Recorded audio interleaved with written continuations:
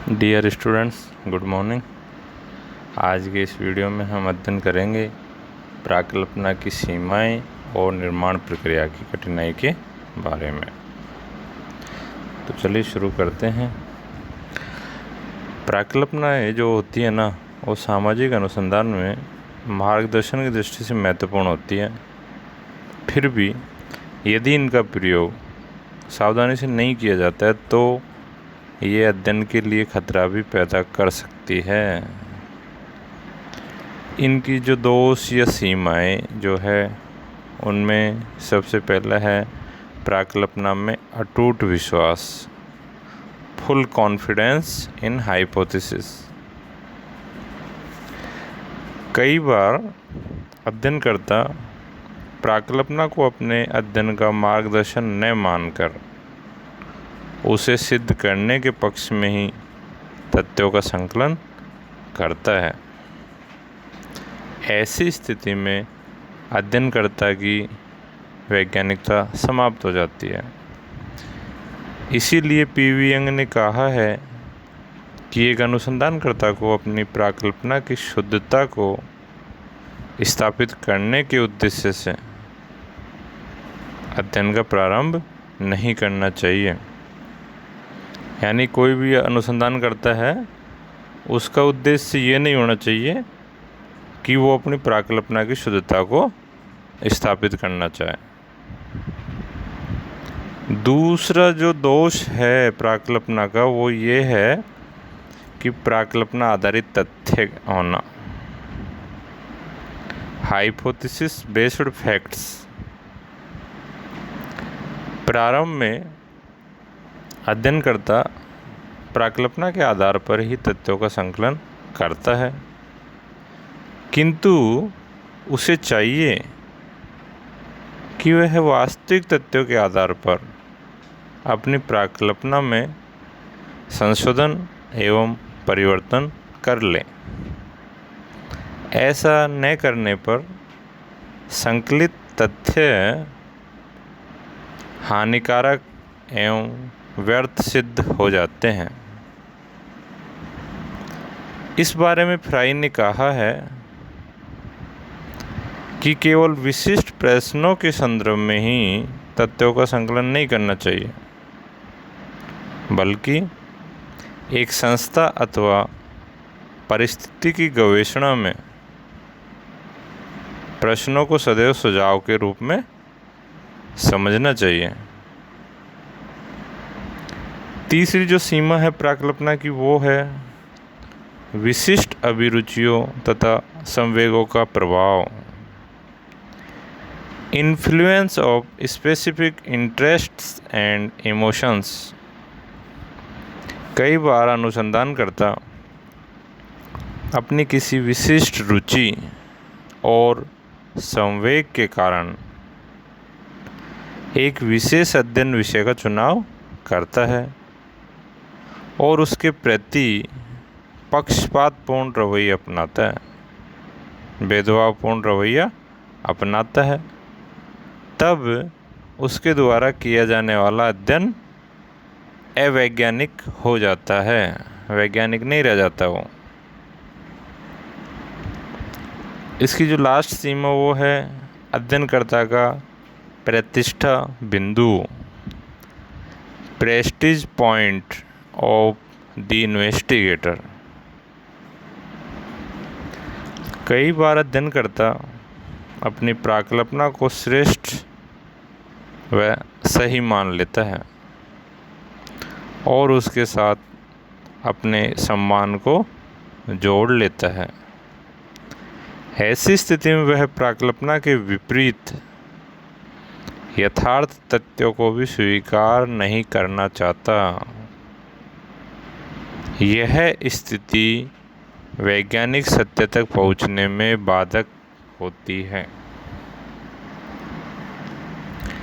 तो इस प्रकार उपयुक्त चारों सीमाओं से स्पष्ट है कि प्राकल्पनाएं अनुसंधान के लिए उपयोगी होती है, फिर भी उनके प्रयोग में सावधानी बरतनी चाहिए। इसी संदर्भ में वेस्टावे ने बताया है कि प्राकल्पना वे लोरिय है जो कि असावधान को गाना गाकर सुला देती है। और पी.वी. यंग बताते हैं, यानी पी.वी. यंग ने कहा इस बारे में कि यदि अध्ययनकर्ता वास्तविक वैज्ञानिक भावना के आधार पर किसी विशेष परिस्थिति में तथ्यों को सिद्ध करने की ओर नहीं बल्कि सीखने और समझने की ओर बढ़ता है,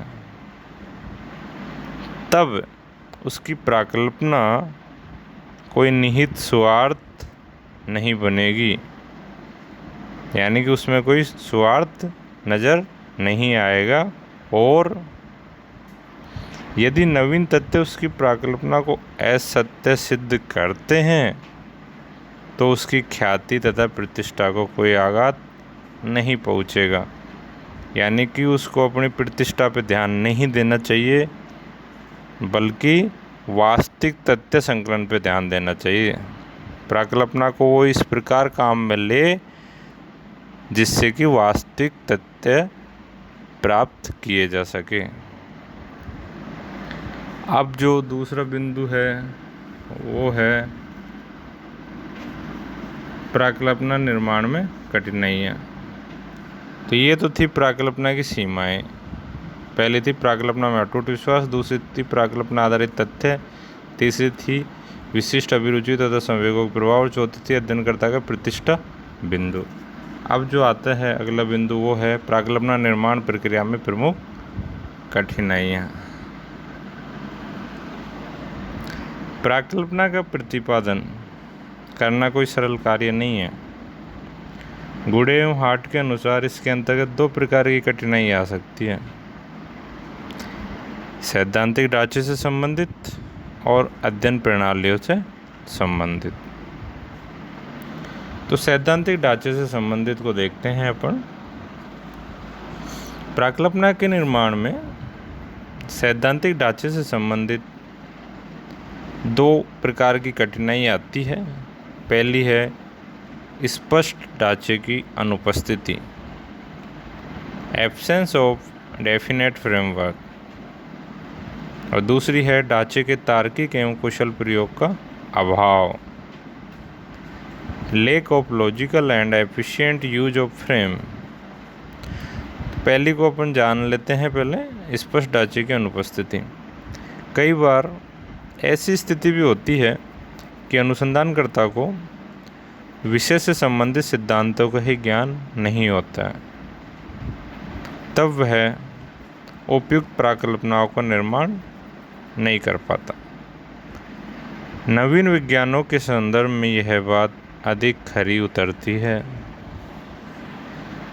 और दूसरा जो है वो है ढांचे के तार्किक एवं कुशल प्रयोग का अभाव। इसका मतलब है कि यदि सैद्धांतिक ढांचा उपलब्ध है किंतु प्राकल्पना निर्माण में उसका प्रयोग तार्किक एवं कुशलतापूर्वक करने में अध्ययनकर्ता सक्षम नहीं है, तब भी सही प्राकल्पना का निर्माण नहीं किया जा सकता। यानी कि सैद्धांतिक ढांचा तो उपलब्ध है लेकिन जो अध्ययनकर्ता है ना वो प्राकल्पना के निर्माण में तार्किक एवं कुशलतापूर्वक नहीं है, इसलिए सही प्राकल्पना का निर्माण नहीं कर पाता, नहीं हो सकता। अब आ जाते हैं अध्ययन प्रणालियों से संबंधित कठिनाइयाँ। वर्तमान में वैज्ञानिक ज्ञान एवं अनुसंधान की प्रणालियों में बहुत अधिक वृद्धि हुई है, जिनके बारे में सभी को जानकारी होना आवश्यक नहीं है। आज सामाजिक संबंधों का अध्ययन एवं अभिव्यक्ति गणितीय सूत्रों में की जाने लगी है। कंप्यूटर द्वारा अध्ययन में मदद ली जाती है, अतः यह जरूरी है कि प्राकल्पनाओं के निर्माण में अध्ययनकर्ता अध्ययन प्रणालियों को भी ध्यान में रखें ताकि अध्ययन में समय, श्रम और धन की बचत की जा सके। इसके अतिरिक्त कुछ अन्य कठिनाइयाँ आती है इसी के अंतर्गत। तो उसमें पहली है घटना की परिवर्तनशीलता। सामाजिक घटनाओं की यह विशेषता है कि वे परिवर्तनशील हैं। जो स्थिति आज है वह कल नहीं रहेगी।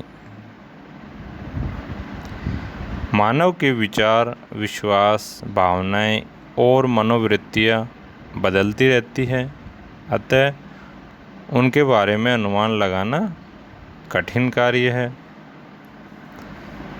मानव संबंधों को प्रभावित करने वाले कारक एवं उनके पारस्परिक संबंध भी बदलते रहते हैं, अतः उनके बारे में प्राकल्पना का निर्माण करना एक कठिन कार्य है। इसमें जो दूसरा है वो है अध्ययनकर्ता का पक्षपात। प्राकल्पना निर्माण में एक कठिनाई अध्ययनकर्ता की अभिनीति या पक्षपात की भी रही है या रहती है। यदि अध्ययनकर्ता किसी पूर्वग्रह से ग्रसित है या किसी घटना के प्रति भावात्मक लगाव रखता है तो उसके द्वारा निर्मित प्राकल्पना के दोषपूर्ण एवं अवैज्ञानिक होने की संभावना पूरी रहती है। तीसरा जो इसमें वो है सजातीवाद। इसको समूह केंद्रितता भी कहते हैं। इंग्लिश में इसको कहा जाता है एथनोसेंट्रिज्म। तो इसको जान लेते हैं। दूसरों की तुलना में अपने समूह, अपनी जाति, अपनी प्रजाति के प्रति व्यक्ति के मन में संवेदनशीलता और भावात्मक लगाव होता है। इसे ही सजातीवाद या समूह केंद्रितता कहते हैं। ऐसी दशा में व्यक्ति अन्य समाजों, समूहों एवं संस्कृतियों की तुलना में अपने समाज, समूह और संस्कृति को श्रेष्ठ समझता है। ऐसी स्थिति में प्राकल्पना निर्माण में व्यक्ति का स्वयं का पक्षपात आना स्वाभाविक है। पीवी यंग ने प्राकल्पना के निर्माण के समय अध्ययनकर्ता को 3 बातों का ध्यान रखने का सुझाव दिया है।